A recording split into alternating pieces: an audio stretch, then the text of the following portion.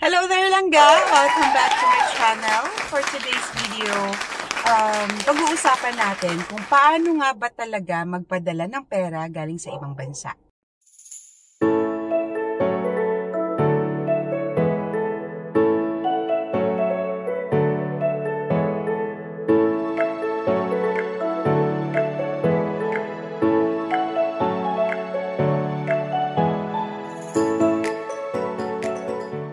Yes, mga langga, katulad sa question ng langga natin, kasi pauwi nga daw yung atin niya from Saudi.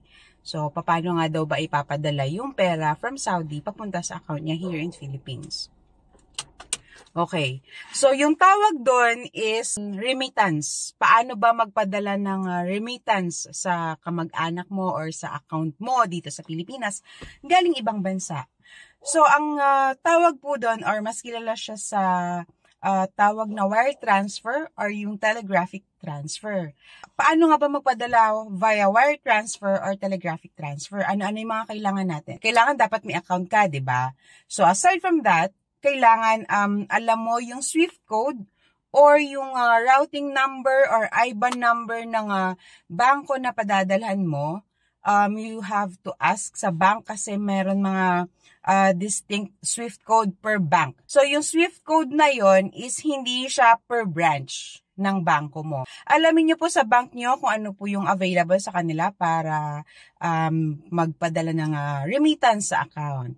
And then, may mga bangko na nagre-require pa ng other requirements. So, hindi siya pare-pareho, no? Depende sa bangko mo kung anong hahanapin nila sa'yo or kakailanganin nila sa'yo.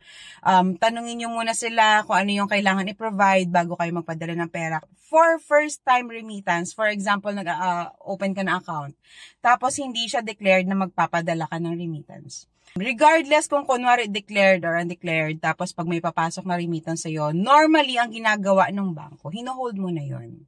Lalo na pag malaki, no? I-check nila kung anong purpose, saan nang galing, anong relationship mo with the sender. Kailangan mag-inquire muna kayo ng mga requirements para hindi kayo ma-hassle kasi kailangan kunwari pag pinadala na yung pera tapos kailangan wala kayong dokumento, paano yun, di ba? Madedelay talaga siya. Pero kadalasan sa mga bangko, hindi naman sila ganun kahigpit talaga, basta maibigay nyo lang yung requirements kasi for security purposes na din. Paano nga ba kapag kunwari nagpadala ka na, tapos hindi agad-agad na credit? Sino ang tatawagan mo? For example, ang nagpadala is sa Saudi Arabia, tapos ang receiver is dito sa Pinas. Paano pag pinadala na tapos tapos expected nyo credited agad? May mga depende yon kasi itanong nyo muna sa panggagalingan kung ilang araw bago makredit sa account. Pag kunwari na delay, sino ang tatawagan natin?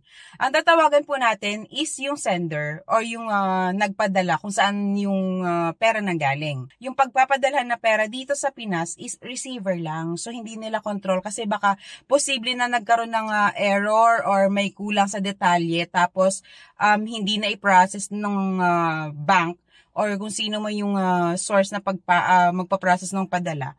Kadalasan yun yung error eh. Kailangan make sure nyo na yung account number, account name, and other details are specific and exact. Kasi kapag may nagkamali lang doon, tapos hindi siya tugma sa padadalhan na account, hindi po natutuloy yun. Nagkakaroon po ng float yun. So, hindi naman siya mawawala. Magfo-float lang po doon until such time na pupuntahan ni sender yung processing bank or processing remittance center para ayusin yung detalye na kulang. And for example, yung pinadalhan na account is closed account. Mawawala ba yung pera? Hindi mga langga. Ang mangyayari, magfo-float lang din yun kasi magtatag sa kanila or magpa-prompt sa kanila na close na yung account. So, ang mangyayari, hindi siya agad-agad na detect ha. Normally, kung kunwari yung crediting nila is 3 to 5 banking days, pag nag-reach na siya sa maximum day or sa maximum time ng expected na, yung turnaround time, kunwari, magpa-prompt na doon na for example close yung account. So, ang mangyayari, depende, it's either tatawagan ni processing bank si sender or si sender yung kusang pupunta doon sa kung saan niya pinrocess and then magbigay ng panibagong details or kung walang panibagong details, cancel yung transaction. Pero syempre, yung mga charges, hindi mo na makukuha. For example naman, yung account mo dito sa Pinas, tapos nasa ibang bansa ka and gusto mo lang mag-save, pwede naman po yun, wala pong problema yun. Same pa rin, padalhan mo lang ng padalhan, and then much better kung naka-online banking din yung account mo dito para pag nagpadala and pag nag-reflect na, makikita mo siya online, mamomonitor mo siya. Or if ever takot ka mag-online banking, pwede kang tumawag sa customer service nila and then inquire mo lang kung may na-credit na ganong amount. Tapos hihingan ka lang naman nila ng reference number kung tawag dito, hihingan ka lang nila ng reference number regarding dun sa details na ina-expect mo. And once okay naman, ko-confirm nila kung meron. Yun mga langga, yung mga kailangan lang natin is, kailangan natin tandaan pag nagpadala tayo ng remittance, kailangan yung reference, yung SWIFT code, IBAN, or routing number, kung anong hihingin, kung anong available, yun ang i-provide natin.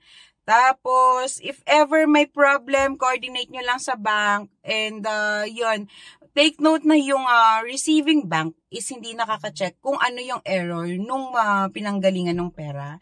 So, better na kailangan i-confirm doon or i-check doon sa kung saan manggagaling yung pera para ma-check kung ano yung error if ever na ang tagal tas hindi pa rin nakikredit sa account ninyo. Huwag kayong magtaka if ever hinold ni bank or ang tagal nyo naghihintay kasi wala pa rin sa account nyo. Ang dapat nyo gawin is pumunta ng bank nyo. For example successful na doon sa pinanggalingan ng pera.